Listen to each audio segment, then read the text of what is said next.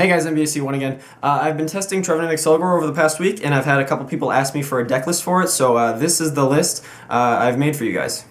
Alright, so we'll start with the Pokemon as always. Pretty thin Excelgor line, actually, in comparison to other decks. I've just found that you don't really need as much Excelgor as people expect you to need. There is a 3-2 line, so this deck has a ton of search draw, or outs to drawing into these cards because it has 3 Ultra Ball, 3 Level Ball, and 2 Pokemon Communications. So you actually have a lot of ways to get the Excelgor line. And on top of that, there's a Musharna line. So you have a lot of ways to draw into Excelgor, and I just don't feel that the normal amount of Excelgor that people are running now is really needed in this deck.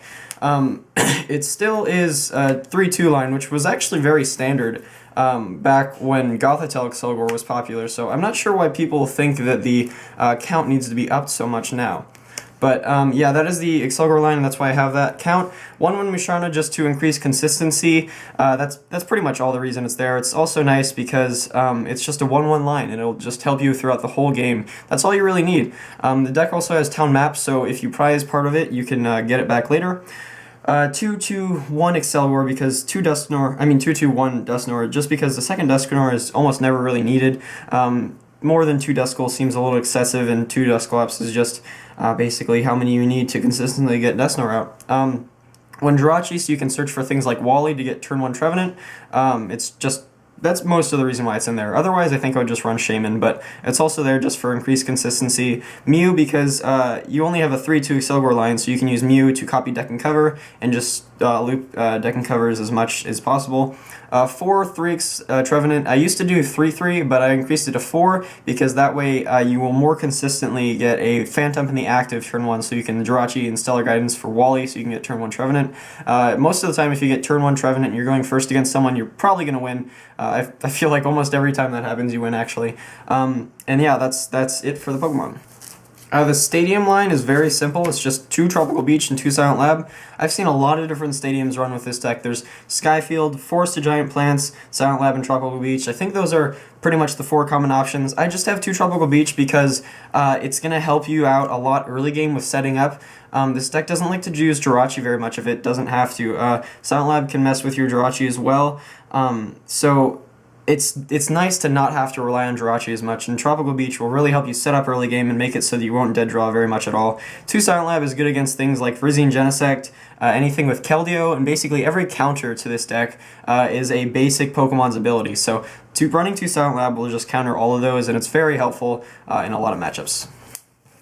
Then for the draw support line, there are 4 Sycamore. You gotta have that extremely consistent turn 1 getting exactly what you need. You might have to discard resources early, and that stinks, but you know, ultimately it's worth it just so that you have that consistency early game. And then 4N, also just for consistent early game. It's just a good draw card.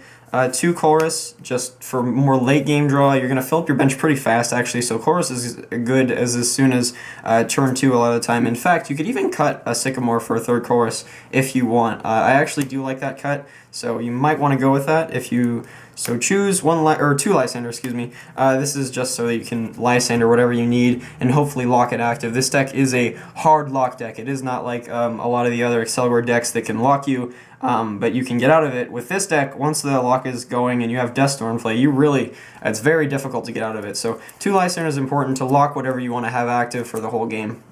It'll bring the Keldeo active, and you can hit it for like 110 consistently, so I think 2 is good. 1 Wally just for early games, so that if you need to Wally for Trevenant, like I said on the first turn, that's basically how you do it. I don't think you really need more than 1.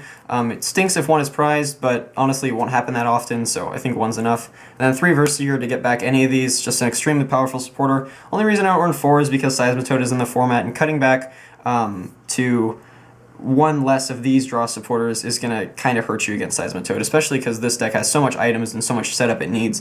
Running more than 3 Verse Seeker is going to hurt a lot against Seismitoad, in my opinion. For the items, we have a computer search for the A-Spec, pretty standard. I used to run dowsing, and dowsing is a good idea actually, except it's just more helpful with computer search. It's more consistent, it's just better honestly. Dowsing is helpful, but you can't use it early game, and this deck really needs to set up, so computer search is just better in my opinion. Sacred Ash to get back any of those Pokemon you need. I know Super Rod isn't expanded, but you don't run any basic energies, so Sacred Ash is actually just going to be better. Our town map, because with Dusknoir you can take prizes basically whenever you want. So the nice thing about town map is you can flip over your prizes and figure out whatever's prized, and you can use Sinister Hand to move the damage and then take the knockouts whenever you need, because sometimes the lock will stop unless you can take a prize out of your take one of your prizes using town map. So for example, say if you're going to miss the double colorless energy to attack and you have one prize, you can use Sinister Hand to take one knockout, take that one prize, and know that it's going to be the double colorless because of town map. So town map is very good in this deck if you can fit it. 3 Ultra Ball, 3 Level Ball, and 2 Pokemon Communication. 8 Pokemon Search cards. This is very good for getting Jirachi if you need it early game. Also just for searching out any Pokemon you need at any point. This deck has a lot of Pokemon it needs to set up, so running a high amount of item search is important. And then 4 Level Ball, Floatstone, excuse me. This is just for basically any retreat needs you have. This is the only way to retreat things, so you really need to run 4. 3 is not going to be enough ever. I highly do not, advocate running 3 Floatstone. 4 is definitely needed. So that is it for the items.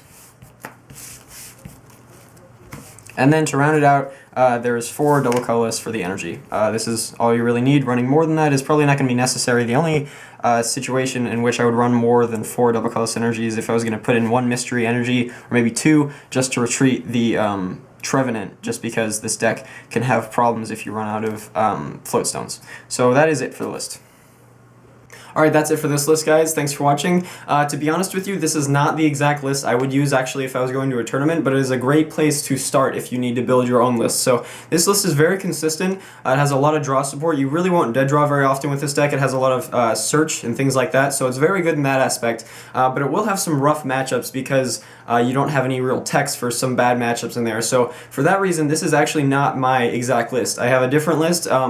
But that kind of content is going to be reserved for my website, cuttertap.com. Hopefully I'll have that up in the next 2 weeks so you guys can subscribe there for a small fee and see my list that I would actually use. I'll have all of my lists up for all the decks that I'm thinking about using and all the decks you really can use that are top tier. So it's going to be plenty of content. I'll have videos and new content up. New videos weekly and new content updates like every other day or something like that. So it's going to be tons of information. I'll basically give you guys everything I have to tell you about my testing and everything I can to help you do well at the next tournament. So it's going to be great information. If you doubt my credibility, I've done extremely well last season. I got over 500 points, and if you include Worlds points, I got like 640 points or something like that. I made top 32 at Worlds, top 32 at Nats, multiple cities wins, I won a regionals and things like that. So I'm a very credible, good player, so that kind of information will be very useful to you, I think.